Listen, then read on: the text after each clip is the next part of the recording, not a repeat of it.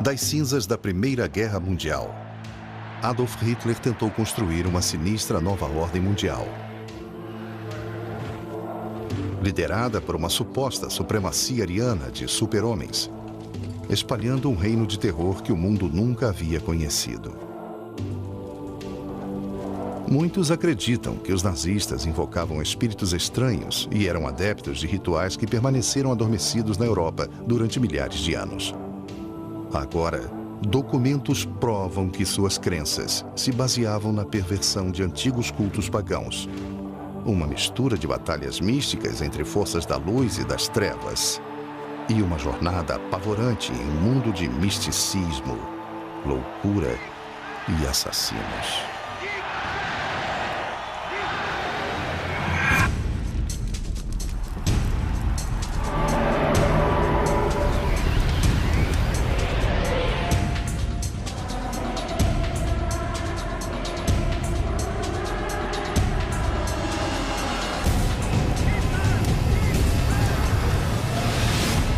Conspiração nazista.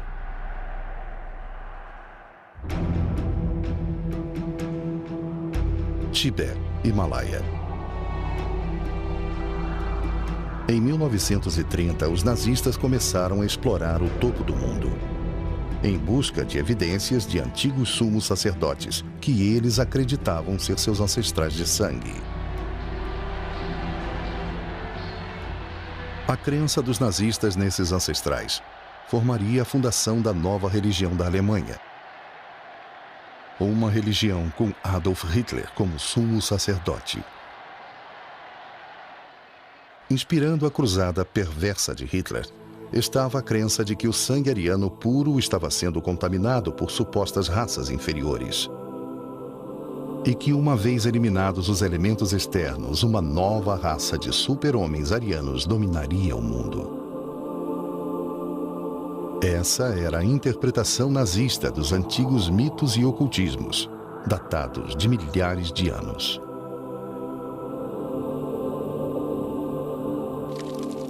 Como fundação dessa nova fé, Hitler precisava eliminar as religiões competidoras. Para conseguir controle absoluto, ele não apenas usou o poder do mito, como cooptou rituais cristãos. Seu círculo interno, que tinha fortes laços no ocultismo, o ajudaria a atingir seu objetivo final. Entre eles estava o vice-führer Rudolf Hess, cujas correspondências revelam uma devoção à astrologia e à previsão através das estrelas. O comissário nazista da filosofia e educação, Alfred Rosenberg, que escreveu as doutrinas da religião nazista. Joseph Goebbels, ministro da propaganda de Hitler, cujos diários indicam o uso da astrologia no planejamento da guerra contra os aliados. E Heinrich Himmler, chefe da SS dos campos de concentração nazistas, cujos documentos pessoais revelaram que ele era o mestre do ocultismo do Terceiro Reich. E, por fim, o criador da nova religião nazista. Na fundação dessa nova religião, havia uma antiga lenda ocultista que conta a história de um continente em algum lugar no Atlântico Norte. Lá vivia uma raça de super-seres que havia caído em desgraça através do mal e da depravação. O continente chamava-se Atlântida. Uma grande inundação varreu esses seres da face da terra.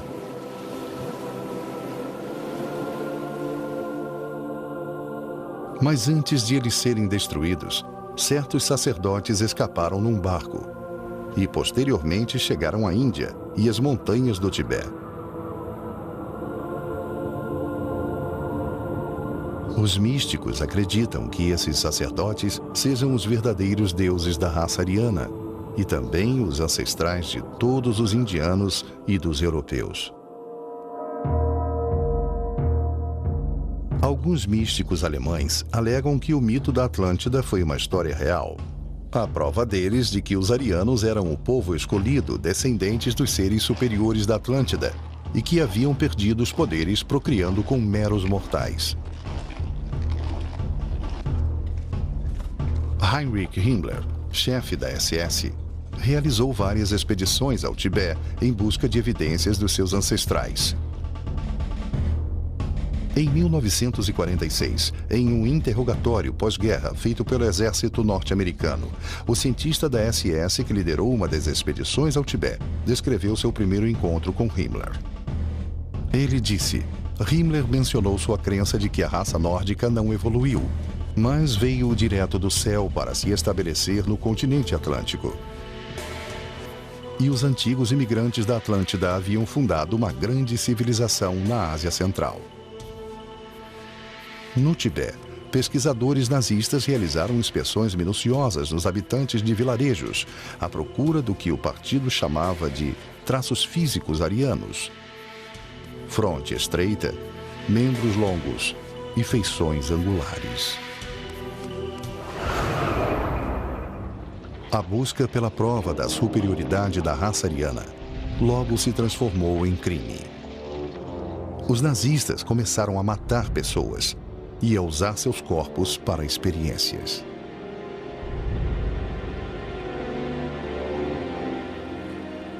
Eles acreditavam que, uma vez que provassem que seus ancestrais eram deuses, seria um passo simples recriar a raça de deuses humanos arianos através do processo seletivo de procriação. Hitler proclamou: a humanidade sobe um degrau a cada 700 anos e o objetivo final é a vinda dos filhos de Deus. Todas as forças criativas se concentrarão numa nova espécie. Ela será infinitamente superior ao homem moderno. O selecionador era Himmler, da SS. Ele recrutava somente os mais fortes, os mais bem condicionados e os que ele considerava os homens de melhor aparência.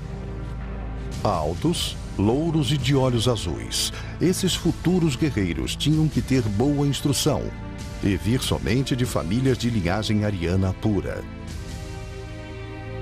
Oficiais da SS tinham que provar a pura linhagem germânica sem que houvesse casamentos consanguíneos desde 1750. Os oficiais da SS de Himmler, que chegou a ter 3 milhões de homens, eram incentivados a ter o máximo de filhos possível, a despeito do seu estado civil. As ideias de Himmler a respeito da poligamia eram de que o único modo de criar uma raça superior o mais rápido possível seria, na verdade, instituindo a prática através da qual os homens da SS poderiam ter mais de uma esposa.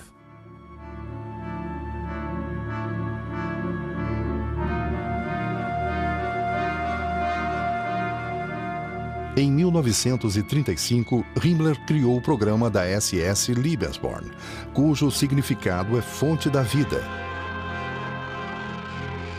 Lebensborn foi idealizado para facilitar o nascimento, suporte e criação do máximo possível de bebês arianos. O programa Lebensborn fornecia condições através das quais jovens mulheres poderiam servir como matrizes para os homens da SS.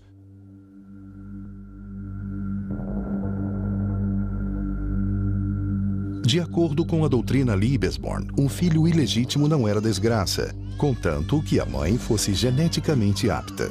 A mulher era doutrinada a ter somente uma função: gerar filhos que o partido nazista acreditava que se tornariam deuses. Estima-se que cerca de 11 mil bebês de Lebensborn nasceram entre 1935 e 1945. Imediatamente, eles se tornavam propriedade do Estado. A maioria dessas crianças nunca conheceu seus pais. O jornal semanal da SS declarou: somente quando o número de berços exceder constantemente o número de caixões, poderemos ter esperança de um futuro melhor. Durante a guerra, crianças com aparência ariana eram abduzidas de nações conquistadas. Registros nazistas indicam que 200 mil bebês poloneses foram sequestrados e levados para lares em Lebensborn, onde receberam treinamento meticuloso em cada aspecto da cultura e mitologia nazistas. Muito antes de Hitler chegar ao poder, essas crenças floresciam em meio a um cenário racista já existente. Havia muitas organizações na Alemanha e Áustria por volta da virada do século que misturavam ideologia racista com práticas ocultistas.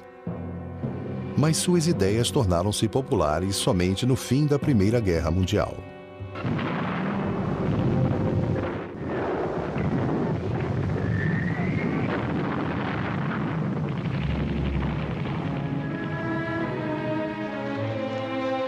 O antes poderoso Império Alemão havia sido desarmado e estava à mercê das nações vitoriosas após a Primeira Guerra Mundial.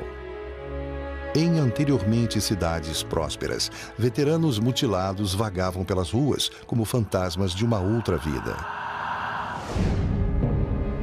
Após servir com honra na Primeira Guerra Mundial, Hitler serviu em Munique, onde sua função era se infiltrar em organizações de extrema esquerda para o exército. Uma missão mudou o curso de sua vida. Ele se infiltrou em uma organização que era um pequeno núcleo político chamado Partido dos Trabalhadores Alemães. O partido, na verdade, mostrou ser de extrema-direita. Hitler gostou do que ouviu. Se filiou e mais tarde tornou-se líder da organização. Presente a um comício onde Hitler discursou, estava um veterano de guerra desiludido chamado Rudolf Hess. E ele disse naquele dia: eu vi um homem esta noite, ele vai trazer de volta a Alemanha ao lugar que ela ocupou antes da guerra. E esse é o único homem que pode fazer isso, que é capaz disso. Hess estava convencido de que o orador dinâmico que ele ouviu era o Messias há muito tempo esperado, profetizado nos círculos pagãos da Alemanha. Junto com o filósofo racista Alfred Rosenberg, Hess apoiava um dos grupos mais proeminentes, a Sociedade Thule, que na verdade ansiava por um Messias germânico. Os membros praticavam astrologia, veneravam o Sol e outras ciências ocultas para ajudá-los a atingir seu objetivo. O símbolo deles era uma adaga sobre uma suástica curva. Com membros que incluíam alguns dos cidadãos mais ricos e poderosos de Munique, a sociedade financiava o Partido dos Trabalhadores Alemães de Hitler. Em 1920, o partido de Hitler mudou seu nome oficialmente para Partido Nacional Socialista dos Trabalhadores Alemães, o NSDAP, ou como em breve seria conhecido, o Partido Nazista.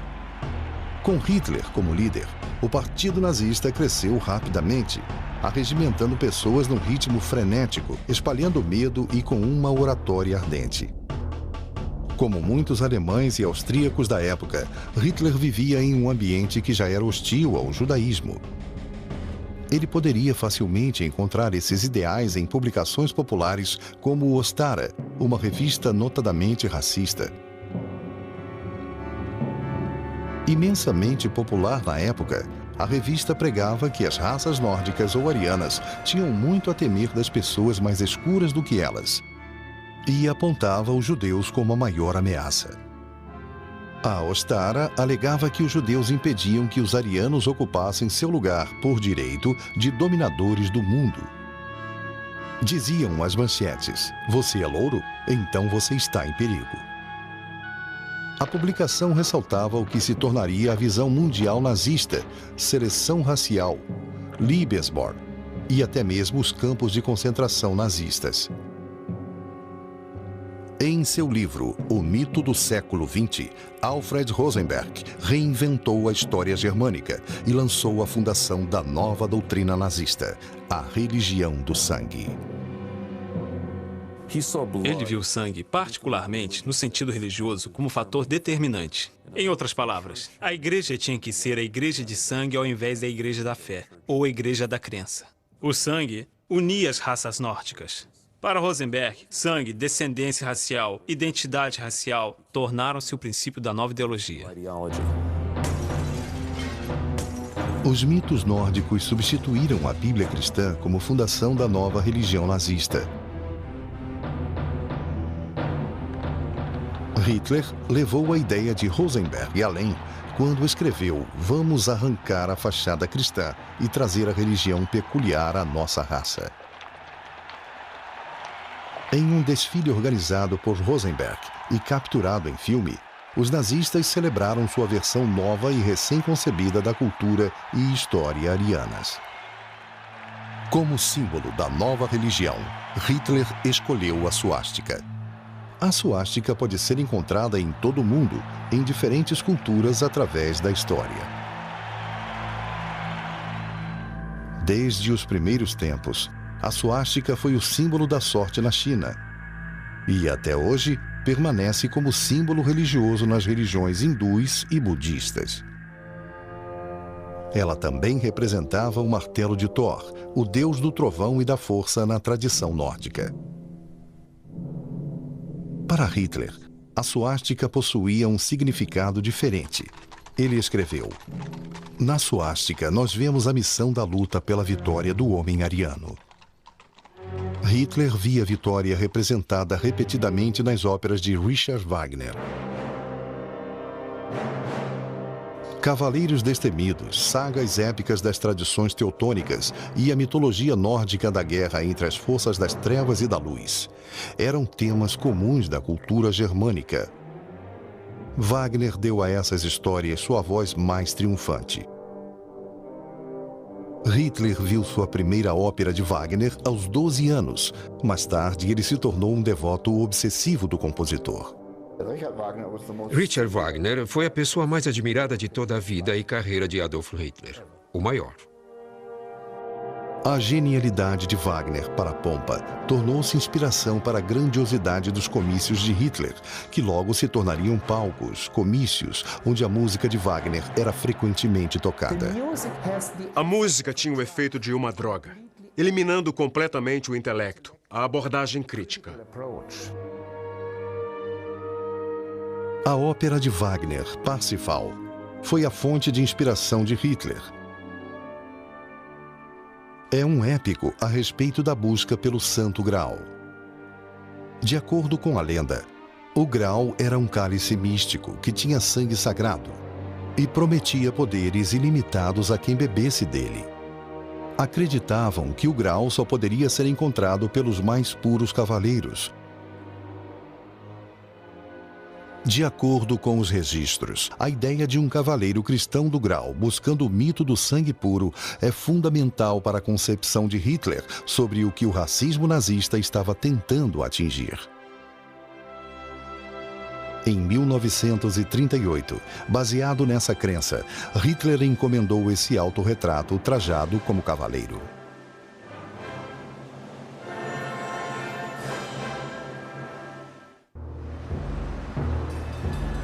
A busca de poder de Hitler começou em 9 de novembro de 1923, com a tentativa de derrubar o governo da Bavária. Liderando um exército particular, chamado Tropa de Assalto, ele lançou um ataque surpresa a uma cervejaria, onde líderes do governo se encontravam.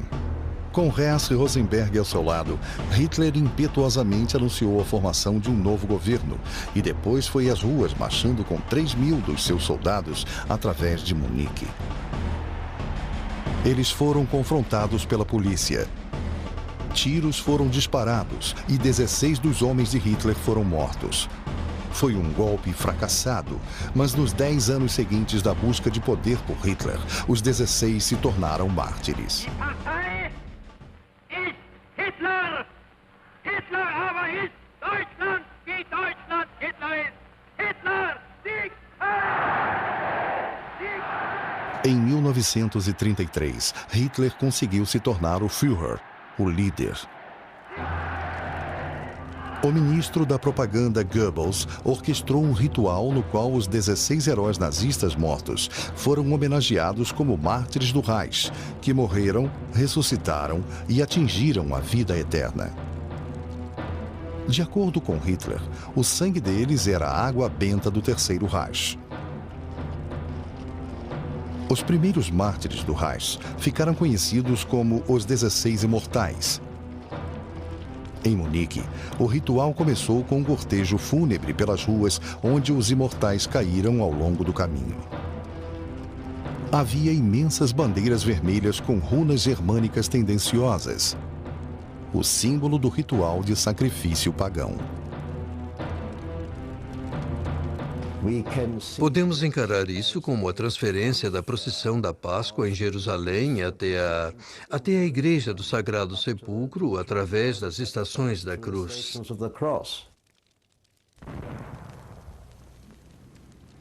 Durante essa cerimônia anual, os nomes dos 16 eram proclamados e vozes anônimas respondiam às chamadas dos heróis, como se os mortos marchassem em espírito com os vivos.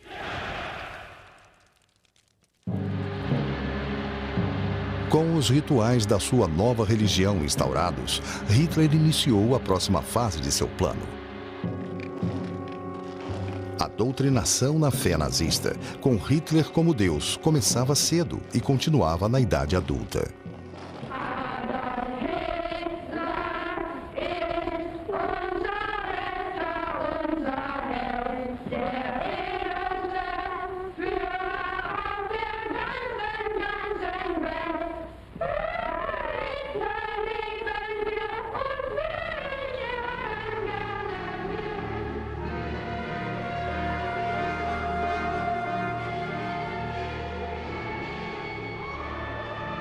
Em 1933, o partido assumiu todas as organizações juvenis da Alemanha.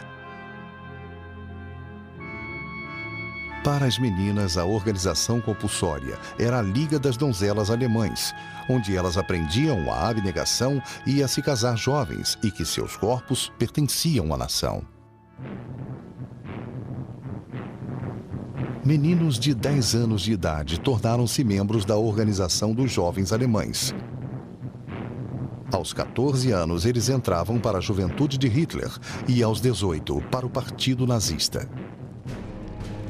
A cada estágio, eles aprendiam a doutrina nazista dos sagrados rituais de sangue, superioridade racial e total fidelidade a Hitler até a morte. Era um orgulho dizer que você pertencia a uma raça superior, a maior nação da Terra. Eu achava que por eu ser alemão, por ter o sangue alemão correndo pelas minhas veias, isso me tornava superior a todos os outros. Aos 18 anos, cadetes se entregavam ao Führer quando faziam o juramento sagrado. Até a última gota do nosso sangue, até a última gota do nosso sangue, servir ao Führer, ao povo e à nação. Na raiz da doutrina de cada alemão estava a autobiografia de Hitler, Mein Kampf, ou Minha Luta. Nela, Hitler destacava a filosofia do plano de 1000 anos do reinado nazista. Mein Kampf tornou-se a Bíblia nazista. Em conjunção com Mein Kampf, os princípios da religião do sangue começaram a formar a base da política nazista. Leis de esterilização obrigatórias entraram em vigor. Até mesmo arianos eram investigados em busca de moléstias hereditárias. Doenças que iam da tuberculose à epilepsia, do alcoolismo à depressão, eram motivo para a esterilização automática. Mais de 400 mil alemães tiveram esse destino.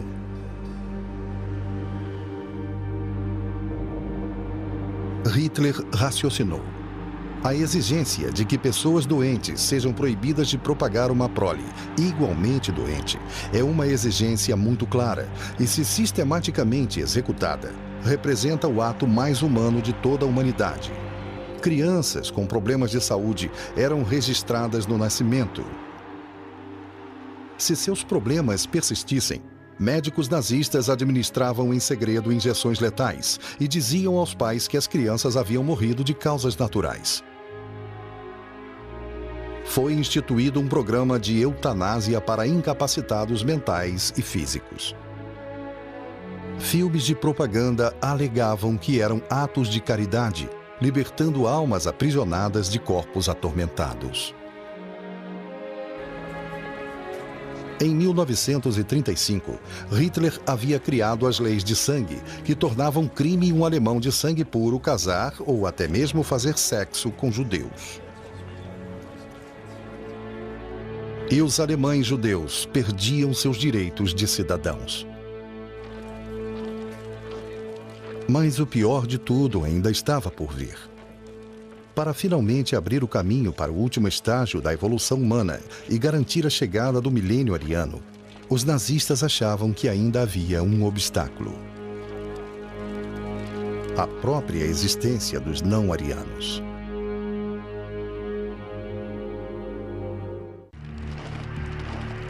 A ideia de que alguns deveriam ser sacrificados para o bem da maioria se estendeu até para a SA de Hitler, a tropa de assalto. Por fim, a SA, que estava entre os primeiros colaboradores de Hitler, tornou-se um obstáculo que ele não teve receio de remover. Sem a SA, ele provavelmente não teria subido ao poder, porque o povo tinha medo da SA. A classe média e o exército temiam a SA. Para o exército, a SS era uma organização mais aceitável. Como eles, os membros da SS eram alemães da classe alta. Os militares ofereceram um acordo ao Führer: total apoio se Hitler eliminasse a SA. Hitler aceitou. E com Himmler, livrou o partido da tropa de assalto em uma noite.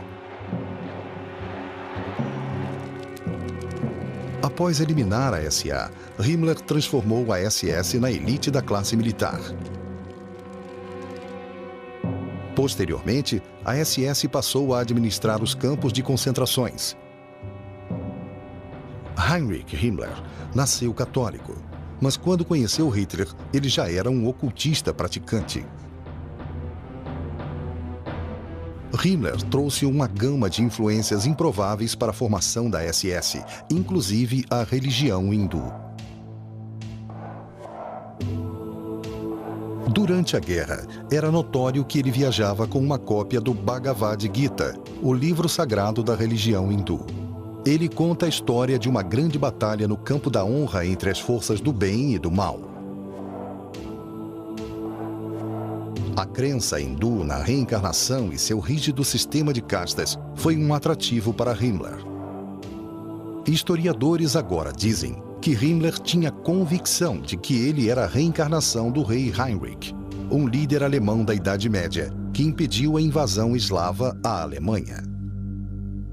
Enquanto os nazistas se preparavam para invadir o leste europeu, Himmler acreditava que estava no caminho para cumprir seu destino kármico, de que a SS havia retornado à terra-pátria para lutar uma guerra santa similar. Himmler transformou uma série de castelos antigos em escolas de treinamento da SS, que eram centros militares e religiosos. Aqui, recrutas eram iniciados na chamada doutrina dos sacerdotes guerreiros.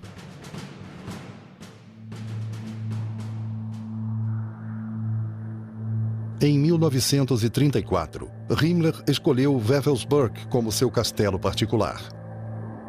Ele tornou-se um centro sagrado para a sua elite de cavaleiros da SS.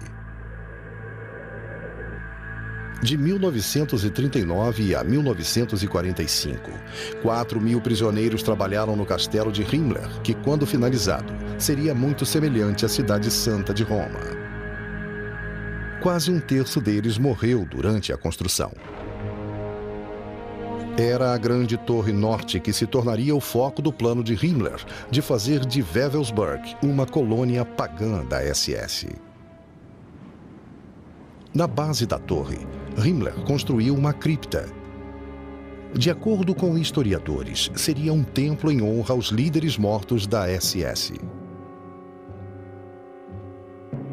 Ao longo das extremidades da cripta, havia 12 pedestais, sobre os quais haveria urnas aguardando para armazenar as cinzas dos generais falecidos.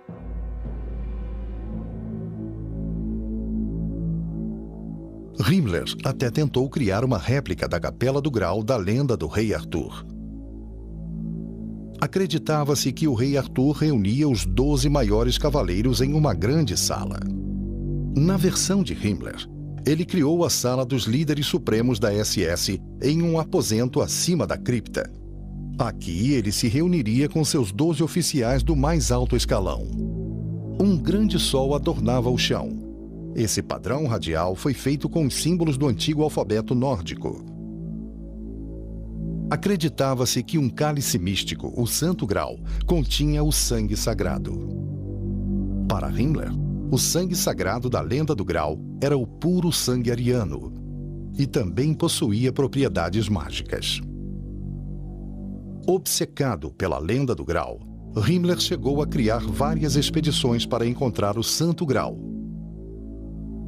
Todas fracassaram. Em sua busca contínua para provar a superioridade da raça ariana, Himmler criou um instituto de pesquisa chamado Organização da Herança Ancestral. Além de realizar experiências médicas em seres humanos e checar a origem de sangue para garantir a pureza racial, a missão da organização era ressuscitar e reinterpretar práticas ocultistas, antigos mitos alemães e tradições pagãs. Esse filme nazista mostra tal ritual: moças dançando ao redor do símbolo pagão nórdico da guerra e da ordem divina. Himmler esmagou certas ordens ocultistas não associadas a ele, inclusive sociedades secretas como os franco-maçons, que os nazistas acreditavam ser uma organização ocultista criada pelos judeus para conspirar contra os alemães. Ele também alavancou a carreira de outros ocultistas, como Carl Maria Willigott. Em Willigott, Himmler acreditava ter encontrado a chave da popularização da antiga tradição pagã na Alemanha moderna. Willigott acreditava que era descendente direto do deus nórdico Thor. Um documento denominado Os 9 Mandamentos de Deus foi assinado por Willigott e rubricado por Himmler. Escrito tanto em alemão moderno quanto no alfabeto rúnico, sugere que Willigott achava que estava usando seus poderes para redescobrir as antigas cerimônias e rituais do passado pagão da Alemanha. De acordo com a lenda nórdica, o alfabeto rúnico usado por Willigott foi apresentado à humanidade por Odin, o deus supremo da mitologia nórdica.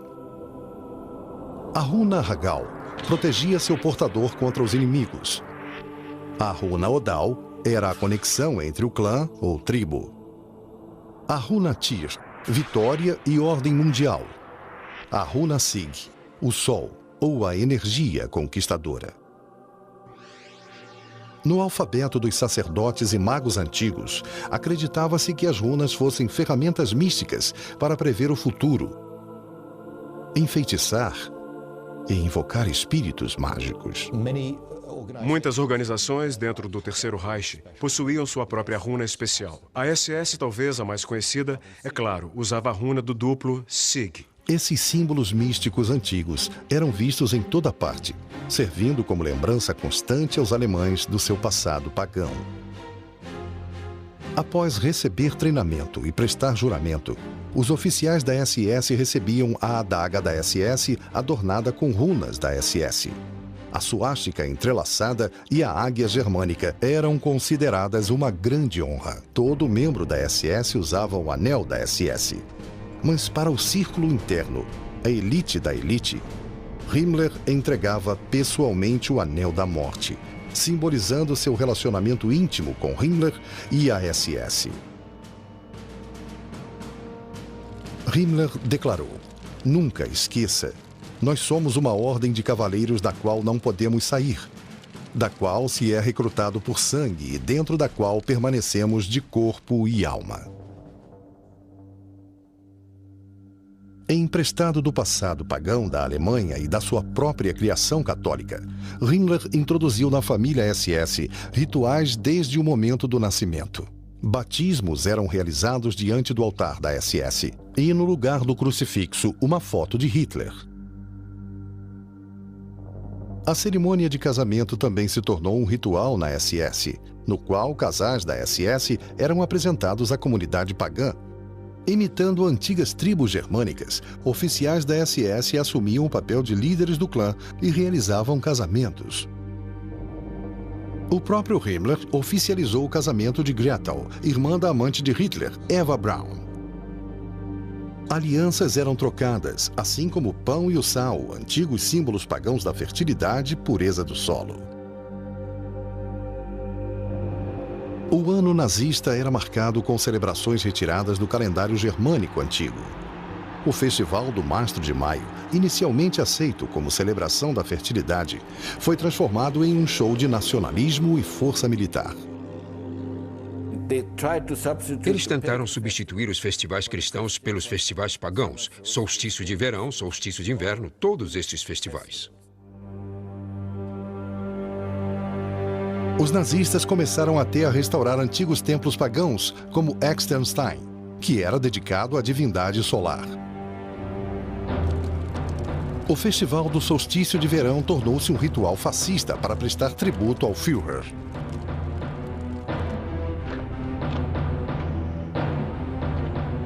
No maior desses rituais, tropas carregando tochas criavam padrões simbólicos na noite.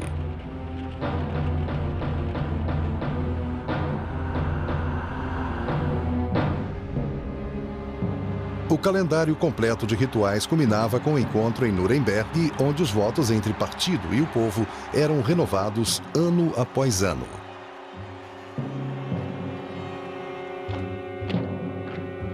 Dezenas de milhares de nazistas uniformizados uniam forças. O encontro, que demorava uma semana, era orquestrado para impressionar as pessoas com um espetáculo de puro poder. E o que isso proporcionava ao povo, esses encontros em massa? Quando o comerciante solitário deixa sua loja e se une à multidão em ação, ele se sente parte dela, fica feliz, ele esquece a solidão.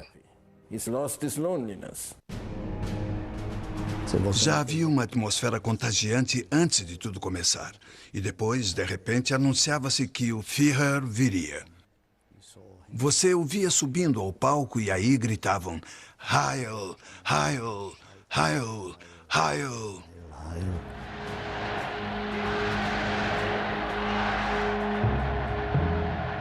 À medida que o frenesi nazista varria a Alemanha, Hitler deixava claro o que esperava da nação. O partido é o solo selecionado para os líderes políticos alemães. Sua doutrina é imutável. Suas organizações rígidas como aço. Sua imagem total, porém, será como uma ordem sagrada.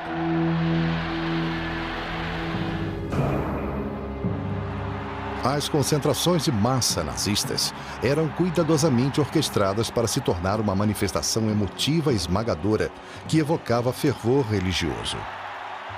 No centro desse ritual estava Hitler. Tudo era feito para fazer Hitler parecer uma divindade, um Messias. Hitler agora estava pronto para dominar o mundo.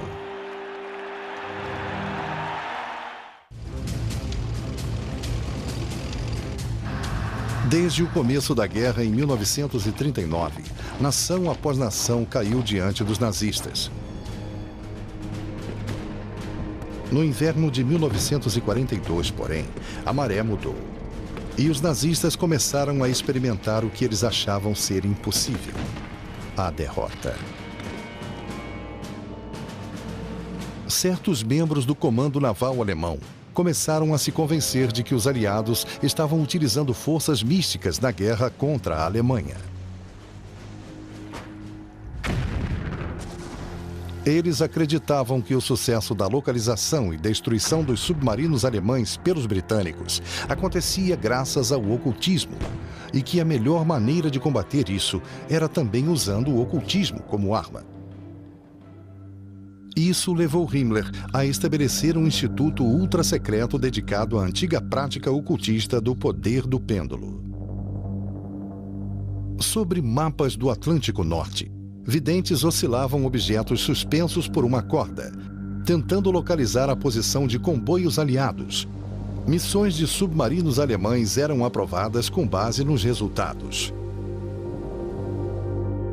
Durante essa época, Himmler teve contato com um dos maiores astrólogos da Alemanha, Wilhelm Wolff. Em 1943, Wolff previu que Hitler sobreviveria a um grande perigo. Adoeceria e teria uma morte misteriosa, antes de 1945. Com base nessas previsões, Wolff tornou-se o astrólogo particular de Himmler e um de seus assistentes mais confiáveis. Durante as últimas semanas da Segunda Guerra Mundial, com as forças aliadas cercando Berlim, Himmler tornou-se ainda mais obcecado por astrologia, quando as estrelas sugeriram que ele poderia derrubar o Führer com sucesso. Lendo o mapa de Hitler, Wolff viu um arranjo planetário que indicava uma queda. E, curiosamente, nos últimos dias da guerra, houve uma reunião entre Himmler e um representante do Congresso Mundial Judaico, ao qual Wolff, como astrólogo de Himmler, estava presente. Himmler aparentemente concordou que não deveria mais haver o extermínio de judeus. Tendo sido tomadas providências para impedir temporariamente o extermínio de judeus, parecia que Himmler estava pronto para dar seu golpe. Mas, por fim, seu medo e sua lealdade ao Führer o impediram de assumir o poder. Himmler permaneceu na esperança de que alguma força mística do destino iria alterar a derrota que estava clara. Em 1945, Joseph Goebbels e toda a sua família foram se abrigar com Adolf Hitler no bunker particular do Führer. Em 30 de abril, Adolf Hitler e sua noiva, Eva Braun, cometeram suicídio. Goebbels envenenou os 6 filhos. Depois matou a esposa e se suicidou. Vestido como um soldado alemão comum, Reichsführer SS Heinrich Himmler quase conseguiu escapar. Mas durante um exame físico realizado pelos britânicos, ele engoliu uma cápsula de cianeto escondida na boca. Em novembro de 1945, vários nazistas do alto escalão foram levados a julgamento pelos aliados em Nuremberg. Rudolf Hess foi condenado à prisão perpétua. Lá, ele morreu aos 93 anos de idade. O ocultista Alfred Rosenberg foi considerado culpado de crimes contra a humanidade e enforcado em outubro de 1946. O Terceiro Reich, que deveria durar mais de 1000 anos, terminou somente após 12 anos. Quase 50 milhões de mortos. Ironicamente, entre eles estava a primeira geração da chamada raça superior de Hitler, que daria origem aos futuros super-homens arianos. Através da história, a mitologia teve uma forte influência na mente humana. Todas as culturas foram influenciadas misticamente. Porém, na Alemanha nazista, a ligação de líderes políticos com uma mitologia corrompida levou a um mal sem paralelos na história. Versão brasileira Audiocorp.